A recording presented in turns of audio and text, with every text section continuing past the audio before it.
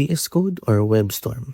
Which is the best editor for developers in 2026?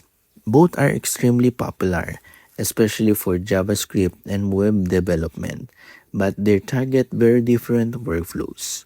Choosing the wrong one could slow you down or make development more complicated than it needs to be. First, let's talk about VS Code.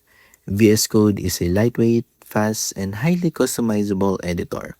It supports almost every programming language through extensions. For web development, you can add tools for JavaScript, TypeScript, React, nodejs, Git, debugging, and AI coding assistance. It's flexible and works great for developers who want full control over their setup. Now, let's look at WebStorm.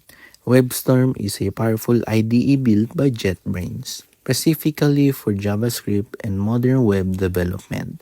It comes with everything built in: advanced code completion, deep framework support for React, Angular, and Vue, strong refactoring tools, and intelligent debugging without needing extra plugins.